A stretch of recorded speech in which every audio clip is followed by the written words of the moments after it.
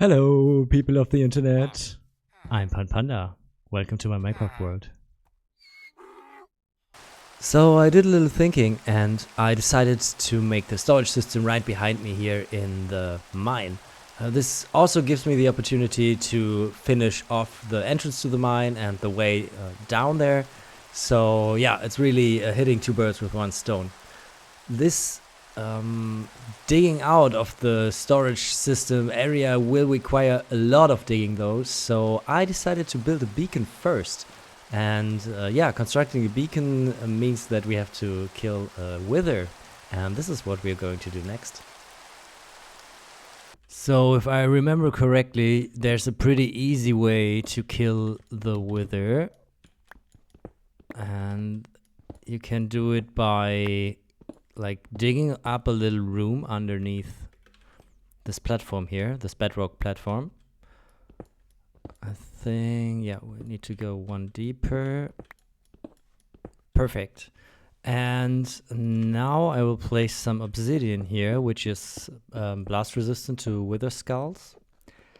And I think, so what should happen is if we put in the wither like this, like it will spawn being centered like here, and then it will just put its face up into this pillar. And if we don't push it, it should just suffocate in there, and we shouldn't do anything to kill it. If this does not work, you can see me fight the wither for the very first time in my life. So yeah, wish me luck. I think it goes like this, right? So now I will just like move away a little bit. Wait for the boss bar to fill so it really spawns.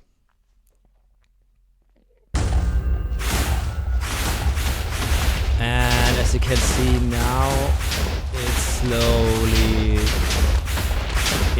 suffocating there. And now we wait. Alright, almost done.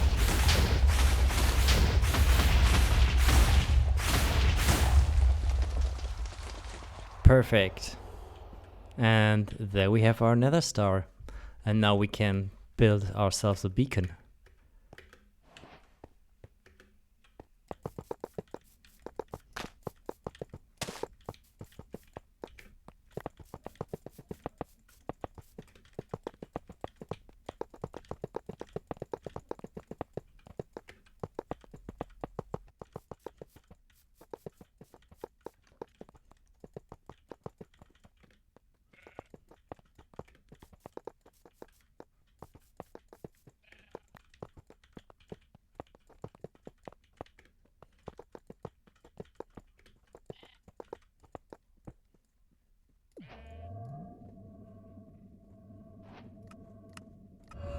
Alright, we got ourselves a beacon installed in here, and I already activated the haste 2 effect, and with that, mining the stone beneath us is going to be an easy task. I'm going to go ahead and lay out the foundation for the storage system next. I will dig up all the tunnels and install like the first chest in there. And when I made progress that is worth showing to you, I will catch you in the next spot. See you over there. Okay, so this is what I came up with so far. I moved the bed. Yeah, the Schalke monster is now over here and it is getting bigger.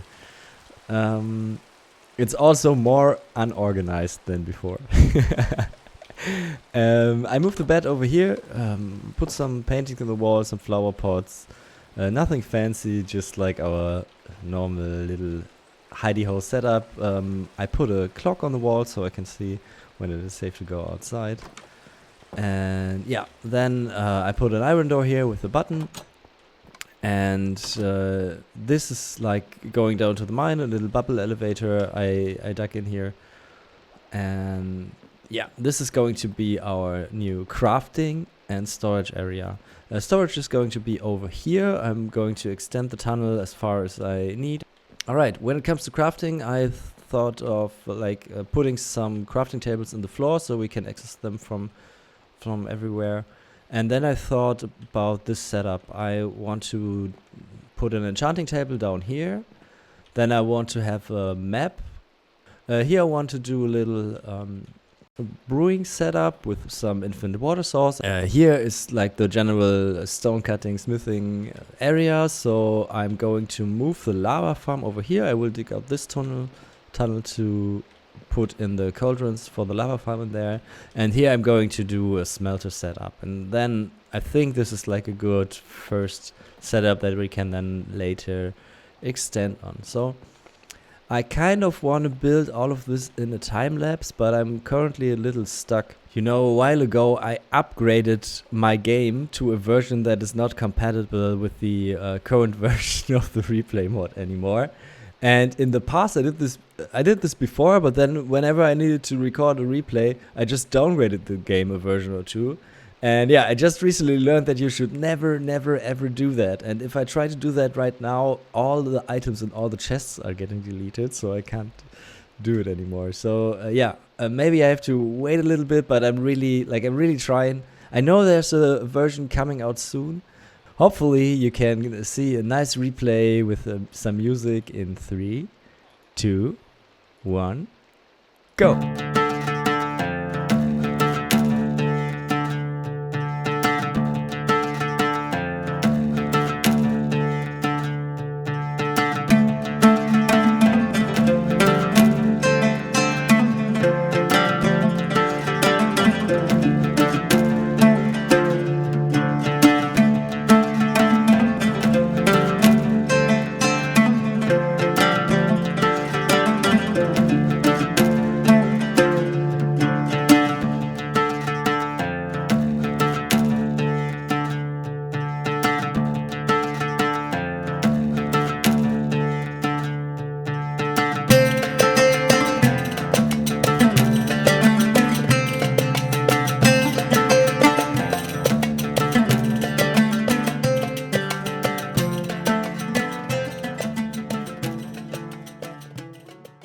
And we're back. I hope you enjoyed the time lapse at least as much as I enjoyed making it.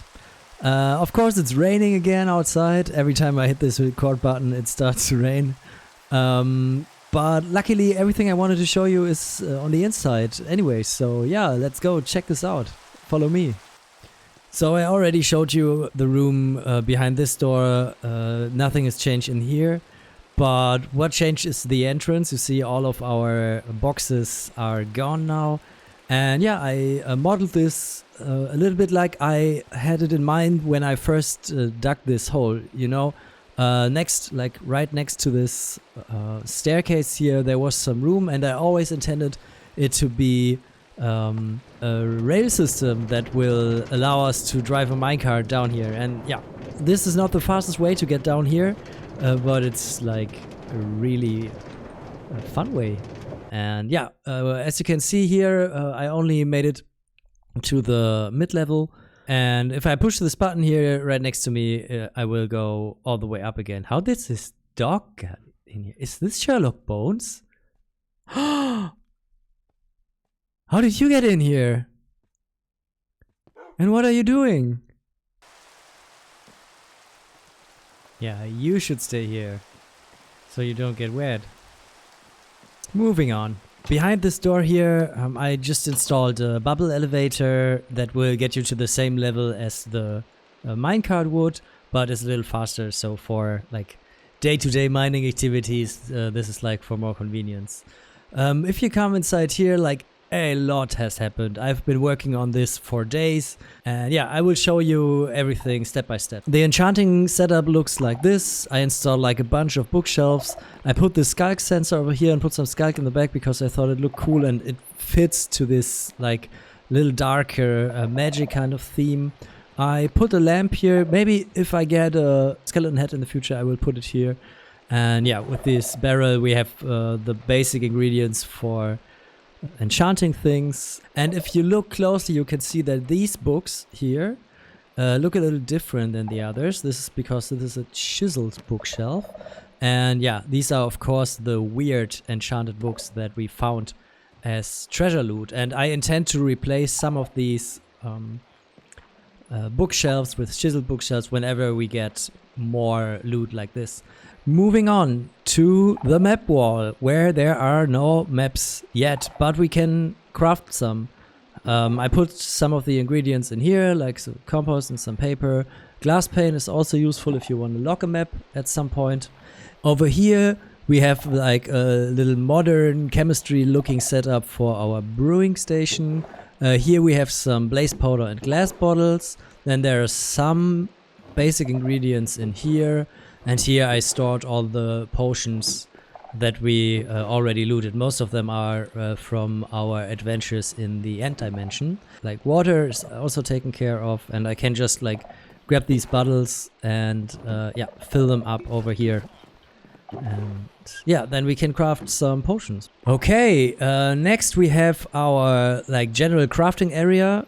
Here in these barrels I hold some wooden items that have been crafted already, then some stone items, and then some like other items, mainly iron related. Everything we had in the tent is in this build now, except for like some very basic items, like a few of them, just so the tent does not feel abandoned.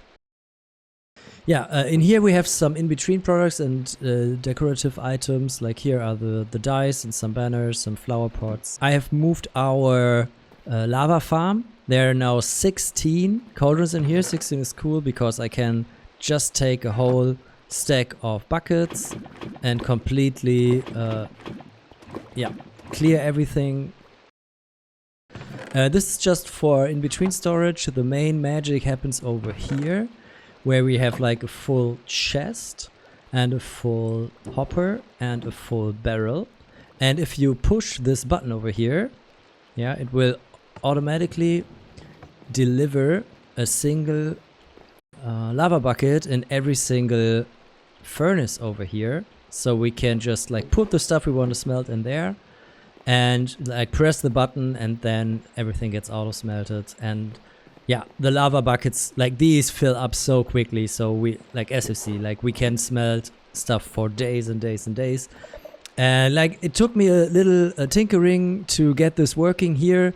And the setup I came up with is this. You have to make sure that the minecart is fast enough to make it all the way, but not too fast, because then sometimes one of those hoppers here gets skipped. And with this setup, it reaches every single hopper once, so everything is filled up. I tested it like really like a lot, and then I made use of this effect where a minecart with these connected rails can fall through this chest here.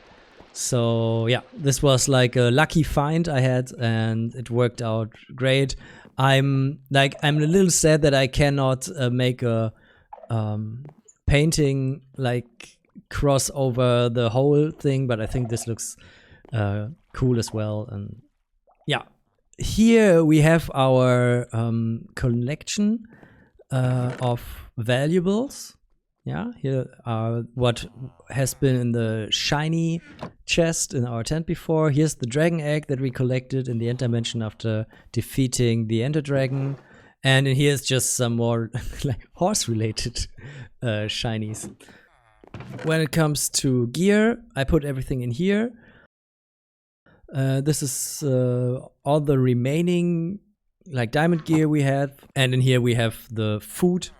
And yeah, I tested if chorus fruit actually fills your hunger bar, which it does. So I put it in here and not anywhere else. Next we have our storage room, and the idea is that we have like bulk storage for things we have a lot of. The most thing we have by far is stone, like plain stones. Yeah, there's 2 double chests full of those. Then here we have our cobblestone, so when we exceed this, I will just put on another double chest here and we can just stack them up. Same goes for deep slate as well as cobbled deep slate. And then here I put this like specially looking rock block, so all the other like special blocks are in here. And yeah, I know what you think, granite and andesite, they aren't special, but yeah. Right now, I do not have as much of these, so they can all fit in here. And if this storage is full at one point, we can still, like, probably we will move on to another base with a more clever storage system anyway. On the other side, I have the nether rack, and then the special nether blocks like basalt, blackstone, glowstone, shroomlight, and magma blocks.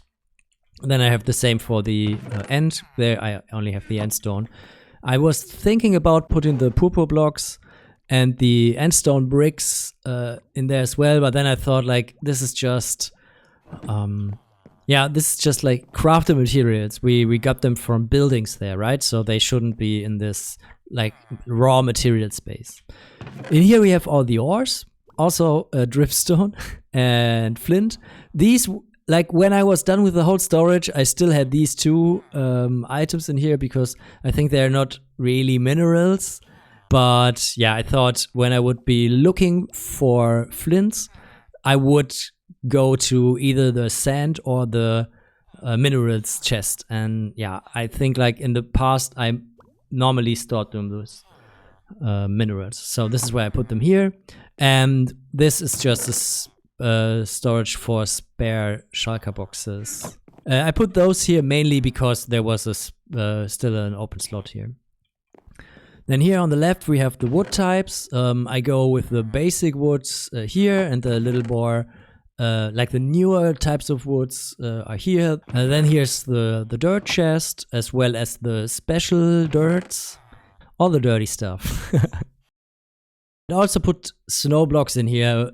Like snow has been in the dirt chest in the tent as well, and I have not built with ice and snow and stuff like that yet. I think maybe we can at some point get this snow block and move it over here together with ice and packed ice and all those kind of things. Then here we have greeneries.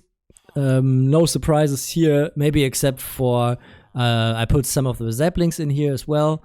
And most saplings I still have with the log farm though, because this is where they're needed.